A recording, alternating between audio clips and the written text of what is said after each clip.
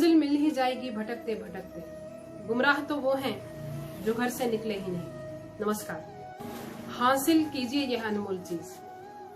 मनोवैज्ञानिकों का कहना है, जो व्यक्ति अपनी गलतियों को मान लेते हैं उनका जीवन पहले से अधिक सुंदर हो जाता है। उनमें आत्मविश्वास और सद्गुणों का विकास होता है।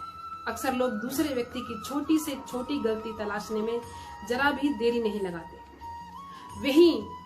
वे अपनी बड़ी से बड़ी गलती भी नजरअंदाज करते हैं। जो सहजता से अपनी गलती मान लेता है वह जीवन में सकारात्मक सोच और अध्यात्म की दिशा में जीवन के पथ पर आगे बढ़ता है।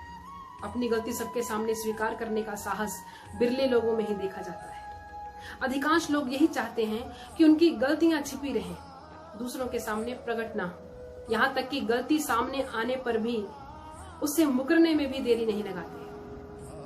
ऐसा करके वे दूसरे लोगों को मूर्ख बना सकते हैं, लेकिन उनका स्वयं का अंतर्मन इस बात को जानता है कि वह गलत है।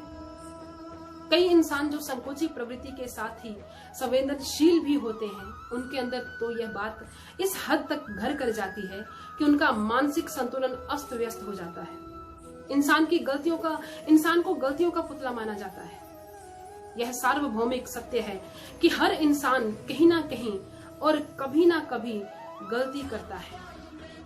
गलती करना इंसान का कार्य है, तो उस गलती को स्वीकार करना भी इंसान का ही कार्य है।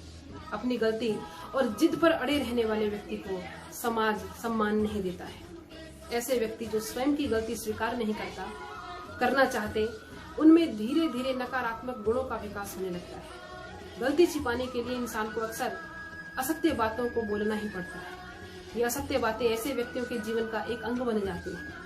गलती स्वीकार करना एक साहसिक कार्य है। ऐसा व्यक्ति ईश्वर के अधिक निकट पहुंच पाता है। जो अपनी गलती स्वीकार करने का साहस नहीं रखते, उनके अंदर से प्रेम, दया और कर्तव्य का लोप हो ही जाता है।